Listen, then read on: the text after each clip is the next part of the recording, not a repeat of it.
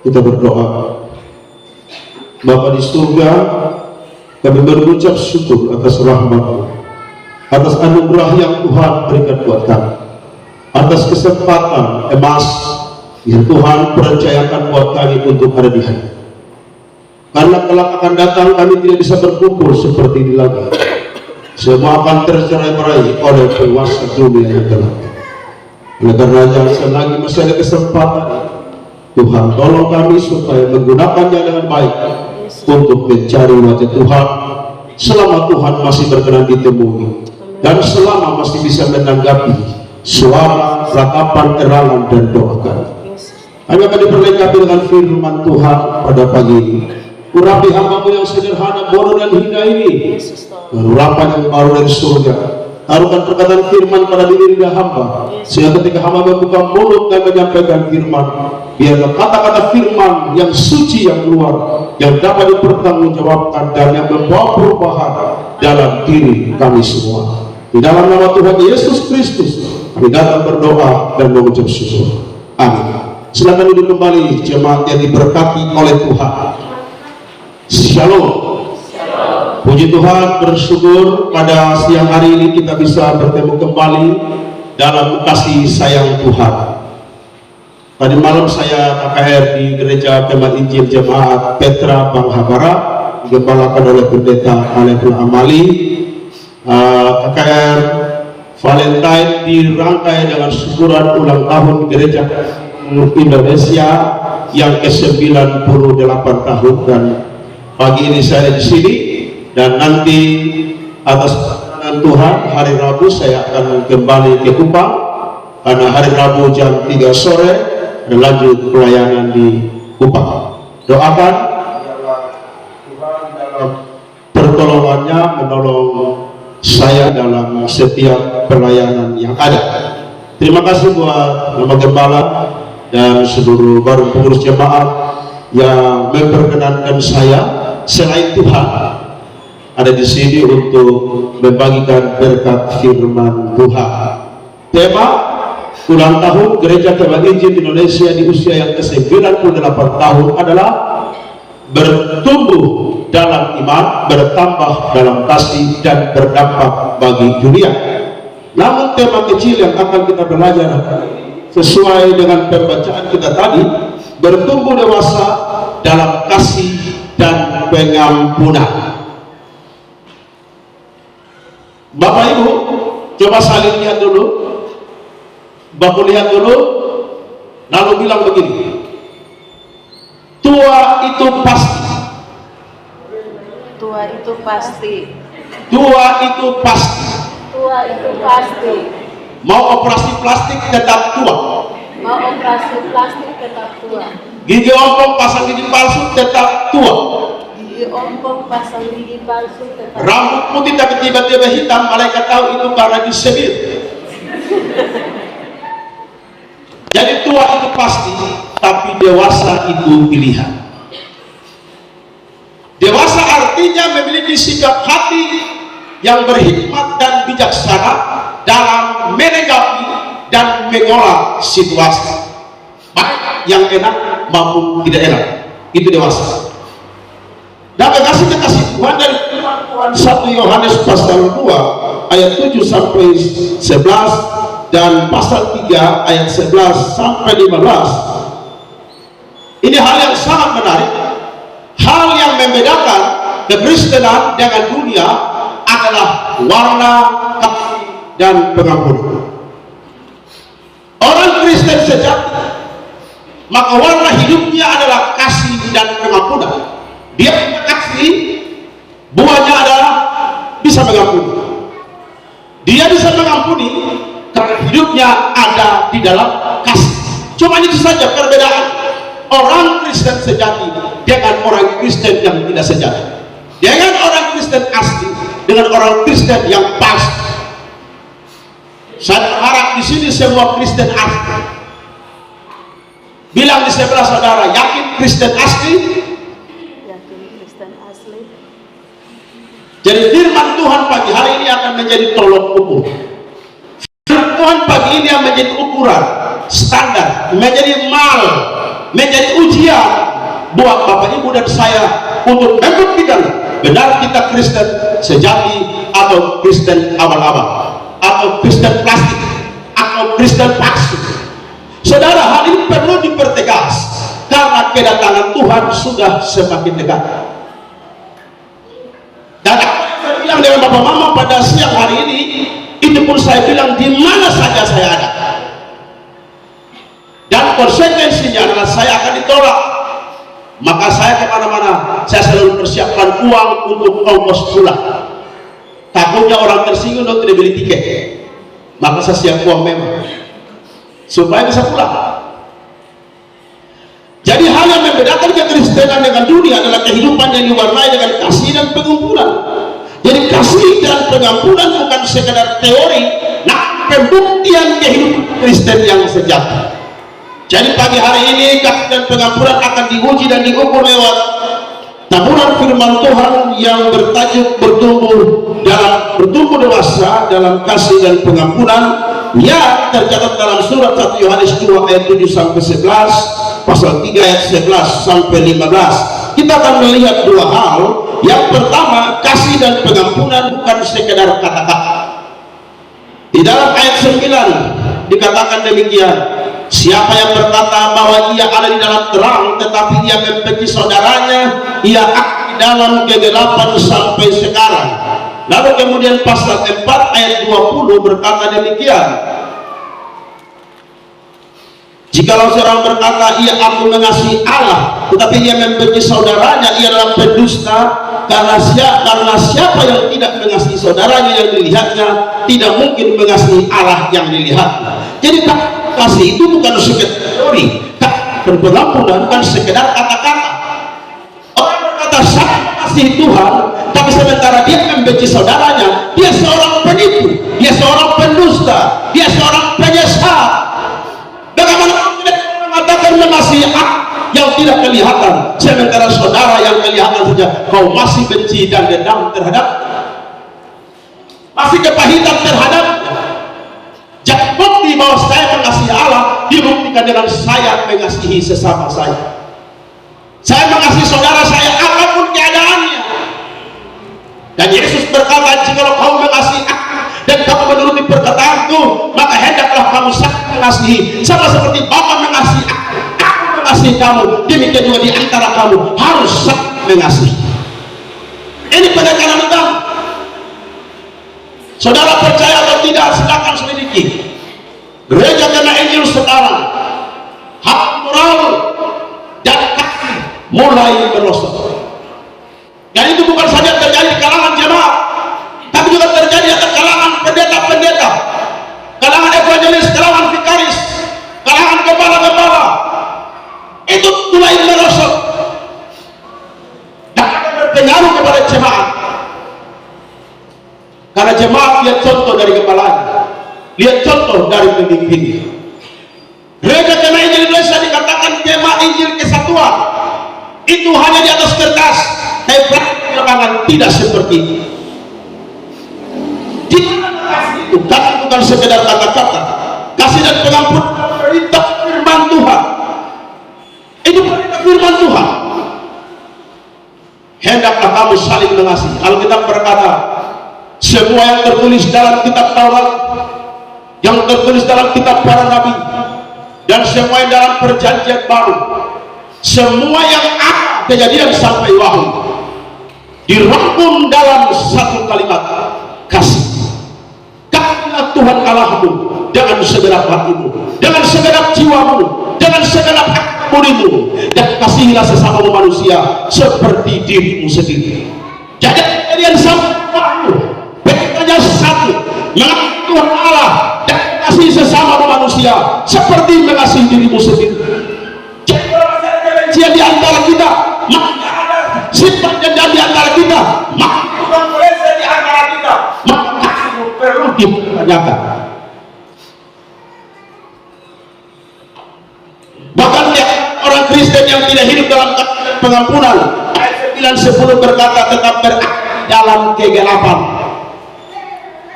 Jadi orang yang tidak hidup di dalam kasih, yang tidak hidup di dalam pengampunan, Anda berkata dia masih hidup dalam kegelapan sampai hari ini. Dia menerima dan saya jadi Injil berapa lama? Menjadi Tuhan berapa lama? Kalau tidak kasih dan pengampunan dalam hati kita, kita tetap hidup di dalam kegelapan. Artinya kita tangan, artinya kita terikat. Percuma saya sudah tahun terima Injil, berusia 9 tahun, tetapi ada Injil yang masih buta, yang terikat di dalam kegelapan. Dan kita harus bebas. Amin. Bila orang sebelah saudara hari ini harus bebas. Omong di sebelah. Hari ini harus bebas. Maka tidak mau harus bebas. Dan tidak boleh keluar dari ruangan ini. Kamu bebas. Karena kalau keluar dari ruangan ini, itu bukan tanggung jawab saya. Harus selesai hari ini di hadapan Tuhan. Tadi malam saya khotbah di Banghabara. Saya khotbah tentang pembaruan perjanjian di Sikem, Yosua 24 ayat sampai dengan ayat yang ke-15. Pilihlah, ingat kebaikan Tuhan yang dulu, kata Yosua kepada bangsa Israel. Ingat pertolongan Tuhan yang dulu kepada kamu. Ingat kebaikan Tuhan, bahkan ini kepada Tuhan. Karena ada banyak orang yang setelah mendapatkan kebaikan Tuhan, menikmati pertolongan Tuhan, mereka tidak kembali bahwa mereka hidup sampai hari ini, mereka menikmati segala sesuatu karena Tuhanlah yang telah menolong. Mari kita kembali sebab yang kita alami dari Tuhan, lalu buatlah pembaharuan perjanjian, bercakap dengan Tuhan, bahkan di hadapan Tuhan semua janji kita kepada Dia seperti yang dulu yang pernah kita buat dengan Tuhan. Jemaat yang diberkati oleh Tuhan Yesus Kristus, banyak orang lupa diri setelah diberkati oleh Tuhan. Coba Bapak Ibu saling lihat lagi dan bilang, jangan biarkan. Boleh Bapak lihat terus bilang, jangan biarkan. Jangan biarkan Keberhasilan menghambat kamu masuk surga. keberhasilan menghambat kamu masuk surga. Dulu belum sarjana dah kita doa. Di sini tidak. Ini ya seobat yang lain. Sebelum sarjana kita berdoa supaya jadi sarjana, tapi setelah jadi sarjana dia menganggap proyek pekerjaan Tuhan, dia menaikkan pekerjaan Tuhan. Ingat Amsal 1 ayat 7 bilang apa? Takut akan Tuhan adalah permulaan pengetahuan. Ini bukan pengetahuan akademik, ini bukan pengetahuan yang bapak dapat di sekolah, tapi adalah pengetahuan rohani. Dia ada satu kemampuan rohani yang Tuhan berikan kepada setiap orang yang takut kepada Dia untuk bisa membedakan mana yang baik dan mana yang salah, mana yang benar dan mana yang tidak benar. Jadi Bapak Ibu, kita mempunyai sarjana S1, S2, S3 sampai XLR, tapi kalau tidak takut Tuhan, maka secara akademik Bapak Ibu punya sarjana hebat, tapi secara rohani Bapak Ibu dan saya tumpul bersaksi telah mati terhadap Tuhan. Dan Tuhan tidak akan mentolerir hal-hal seperti itu. Maka berkata di sini yang sarjana angkat tangan, saya mau lihat. Yang sarjana angkat tangan. Tiga saja. Tiga saja. Nanti yang saja yang lolos PTTK tidak angkat tangan, saya berdoa langsung ditarik lagi sekali. Saudara dan saya sombong apa dengan gelak? Mau mulai beriu dan Tuhan, orang Kupang bilang. Maka Kupang dibersyukur Tuhan doa kami itu undang saya terus menerus setiap hari. Dan saya berkata, salah satu faktor yang mengacaukan pelayanan kita adalah tukang tersinggung. Kalau Allah bilang apa? Tukang bales. Jadi orang yang suka tersinggung itu adalah sial di dalam pelayanan. Dia merusak pelayanan. Jangan jadi bangga bahwa saya sarjana S2, S3, M4 dan seterusnya. Di mata Tuhan kosong kalau tidak merendahkan hati. Jangan akan remeh dengan Tuhan. Sudah dapat tugas, baik-baik. Bapak Ibu, saya dulu sekolah di Bukit Doa. Apa yang tidak Antipas Lara bikin untuk saya? Tiap hari kerjanya hanya marah-marah saya. Tiap hari hanya marah-marah. Markus, kau kerasukan, saya tahu, makanya model begini. Oh ya. Lalu ketika di Bukit Doa Mainang, itu hadir kurang lebih 3.000 orang menghadiri ulang tahun pencurahan Roh Kudus pada waktu itu. Dan saya sumbang lagu dengan satu nama persembahan pujian solo Tunas Ayalo.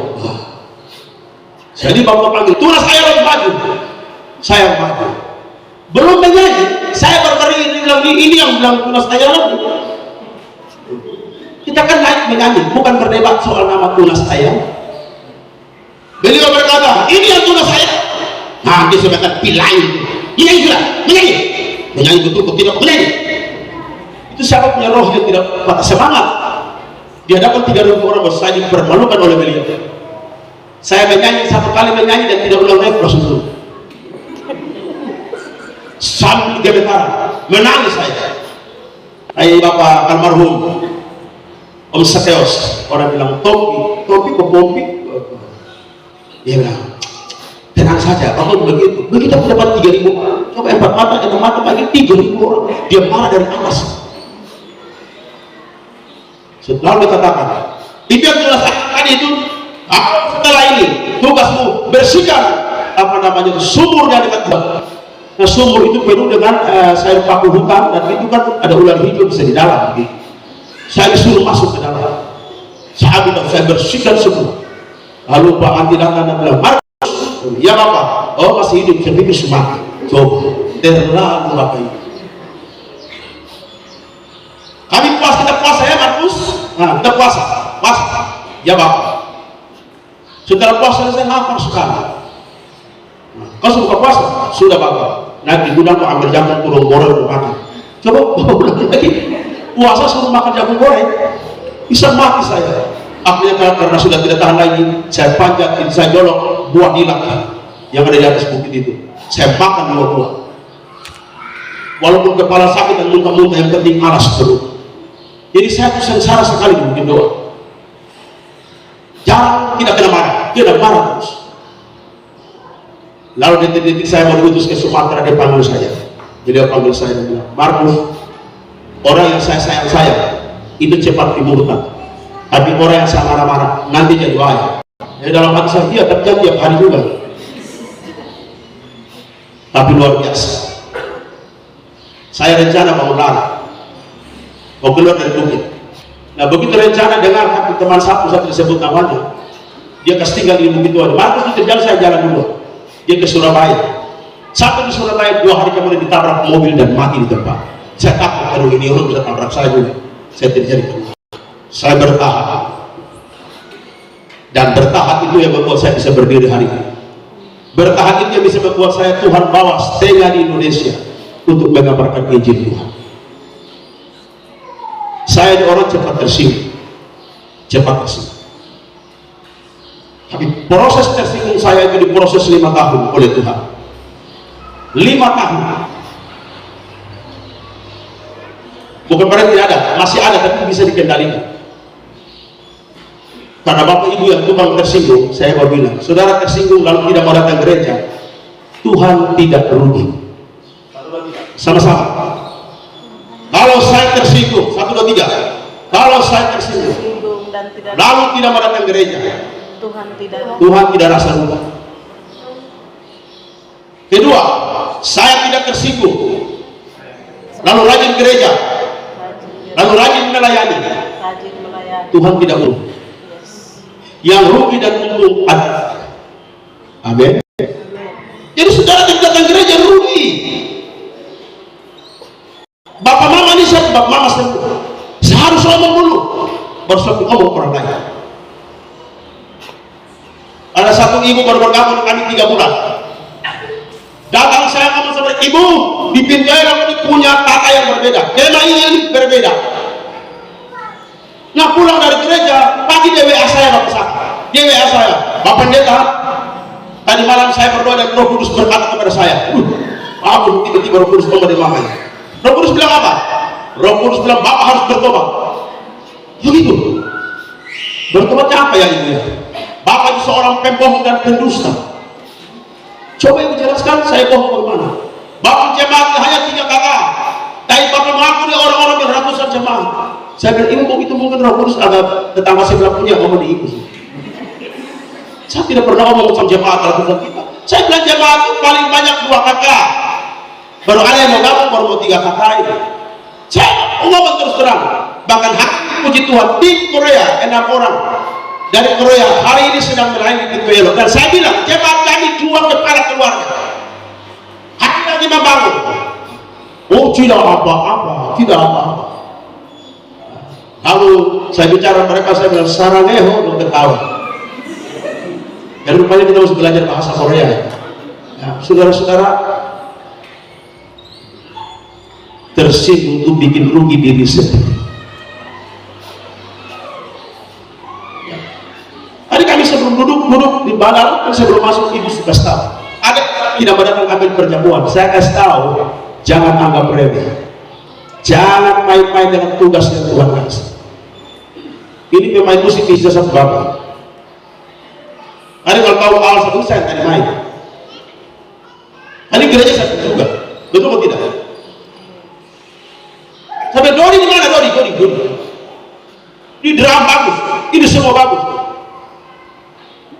Jangan sombong dengan karunia potong yang saya bilang. Saya bilang sama kakak Bas di Kupang, itu ingat kalau saya udah pikir aja. Tanto Adi, ini pulang pikir aja, Tanto Adi, pulang setia tuh, ya setia Bapak. Karena kita kenapa si Tuhan yang pegang. Bapak, Ibu mau rajin gereja juga pasti mati, betul atau tidak? Pemalas gereja juga pasti mati.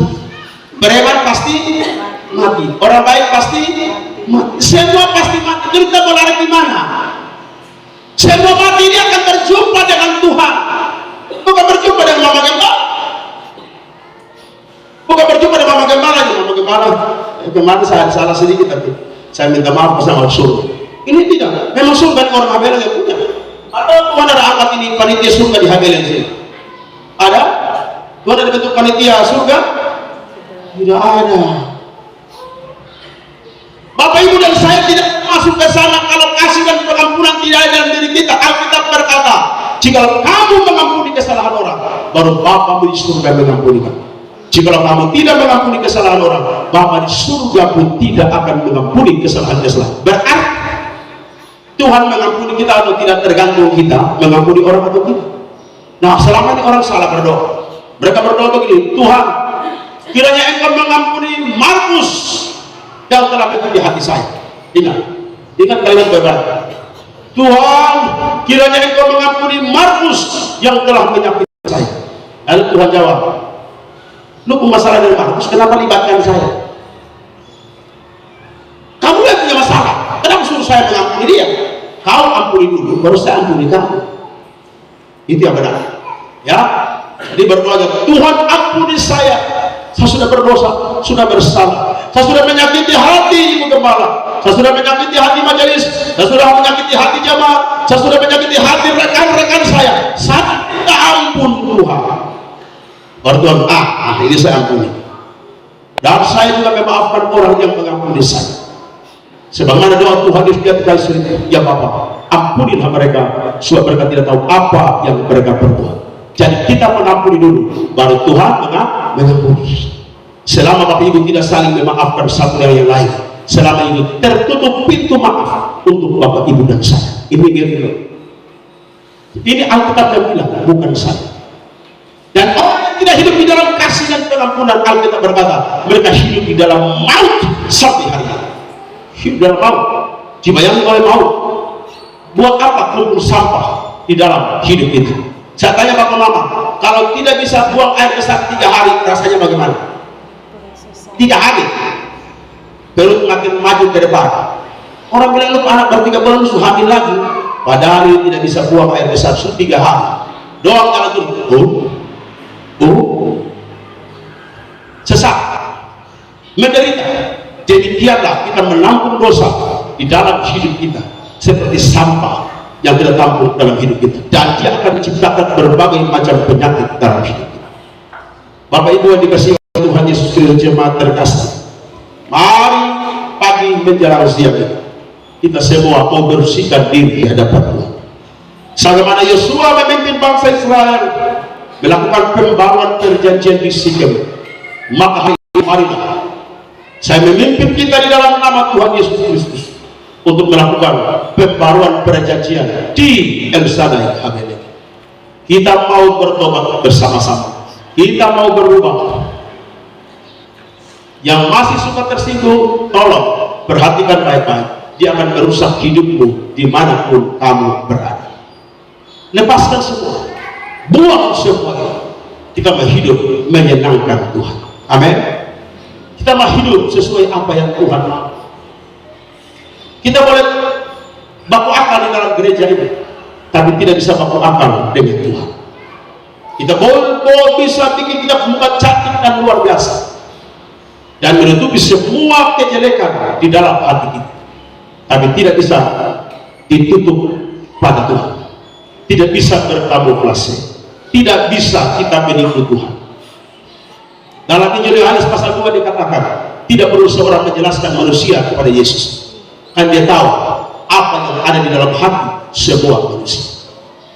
Saya tidak perlu mendapat penjelasan, oh Ibu Loni ini begini, oh Bapak ini begini, oh Mama ini begini. Tidak perlu.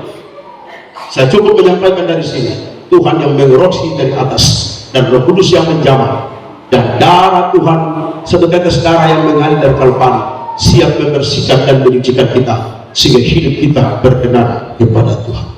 Kita nyanyi satu lagu kemenangan iman 263 kalau tidak salah, kasihnya bukan terduga. 265. Mari ingat kasih Tuhan. Ketika Yosua bilang sama bangsa Israel, ingatlah kasih Tuhan yang pernah kamu rasakan, dan buatlah pembaharuan janjimu dengan Tuhan.